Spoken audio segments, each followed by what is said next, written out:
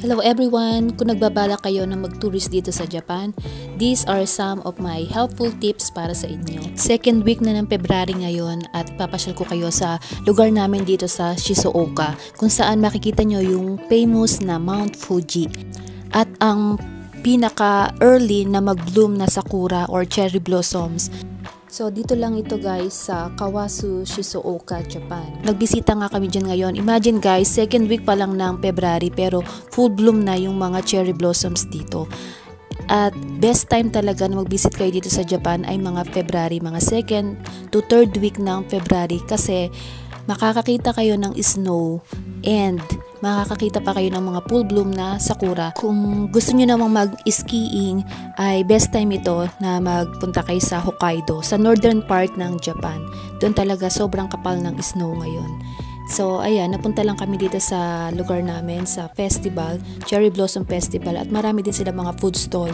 May enjoy nyo yung different kinds ng mga Japanese snacks tsaka Japanese food. So ayan, tinry ko na lang muna tong Japanese beef barbecue. Sobrang sarap guys, malinamnam at sobrang sarap ng timpla nila. And then nag-picture kami at naglakad ulit kami para pagmasdan ang sobrang gandang cherry blossoms. When you come here to Japan, don't forget na i-visit nyo din yung kanilang mga Japanese shrines and temples. Kasi sobrang ganda sa loob ng mga Japanese shrines. Talagang Instagrammable talaga yung mga pictures na makukuha nyo. When it comes to shrines and temples, the best place na maire-recommend ko sa inyo ay pumunta kayo sa Kyoto. Kasi nandun talaga yung historical shrines and temples ng Japan. Pero medyo malayo siya at kailangan nyo talagang mag-bullet train. Yun nga lang, medyo mahal talagang mag-commute dito sa Japan. As in, mas mahal pa siya minsan sa makukuha yung plane ticket from the Philippines. Kaya medyo pricey siya. At pag gusto nyo naman ng excitement at adventure, huwag nyo kakalimutan na i-visit din yung USJ or yung Universal Studio Japan sa Osaka. So medyo malapit yung Osaka sa Kyoto, kaya madali lang siyang puntahan. Nire-recommend ko sa inyo na kung magpa-flight kayo ay pwede kayong mag-arrive sa Osaka para mapuntahan nyo na yung USJ, tapos punta kayo ng Kyoto. And then after that, punta kayo ng Tokyo para naman sa Tokyo Disneyland kasi sobrang ganda rin dun guys. Ni-recommend ko talaga sa inyo na punta kayo ng Tokyo Disneyland. And you must try yung kinakain namin ngayon ng mga fruit sandwich dito sa Japan. Sobrang sarap talaga niyan guys. At yung mga fruits na nilalagay nila dyan ay fresh na fresh. At hindi naman siya masyadong katamisan. Kaya sobrang sarap talaga. Alam nyo ba guys na sobrang sarap din manood ng sine dito sa Japan.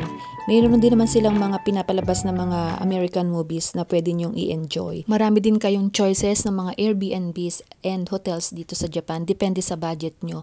Dito kasi guys sa Japan ay per person yung parang nila, yung bayad nila. Usually nagre-range siya ng mga 3,000 pesos pataas. Itong inabail namin na hotel ngayon ay mix siya na parang Japanese Western style na hotel kasi meron siyang 2 beds at saka yung Japanese style na room. Meron din siyang bathtub and clean toilet. May enjoy nyo rin yung paggamit ng hot spring and sauna nila, and pwede rin kayong magpa-reserve ng karaoke. 1 hour siya, free lang. At don't forget na i-avail nyo din yung buffet dinner and buffet breakfast nila kasi sobrang sulit nito guys. Eat all you can na siya. Lahat ng gusto nyo na kainin na mga food na nasa buffet ay pwede at talagang mag-i-enjoy kayo. Pero kung matagal kayo mag-i-stay, huwag nyo nang i-avail ng araw-araw kasi talagang mananaba kayo. So ayan, nakapagpa-reserve nga kami ng karaoke for 1 hour. Free na siya. Kaya ayan, magkakantahan muna kaming tatlo at magbabanding muna kami ng aking husband and daughter. 僕の傘残して駆け出してゆく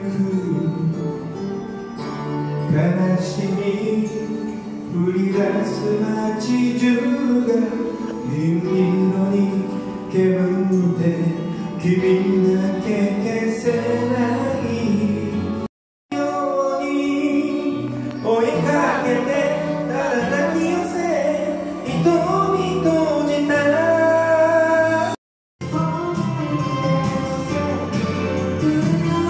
ラララララ口すす唇のれて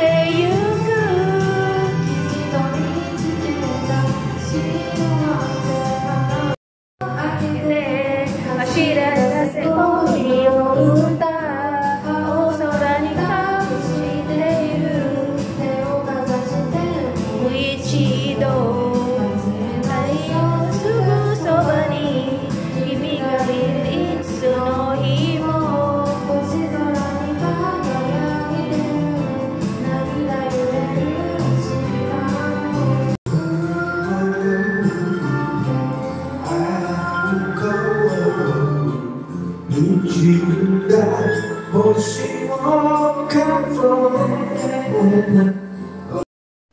la la, la la la, keep on believing.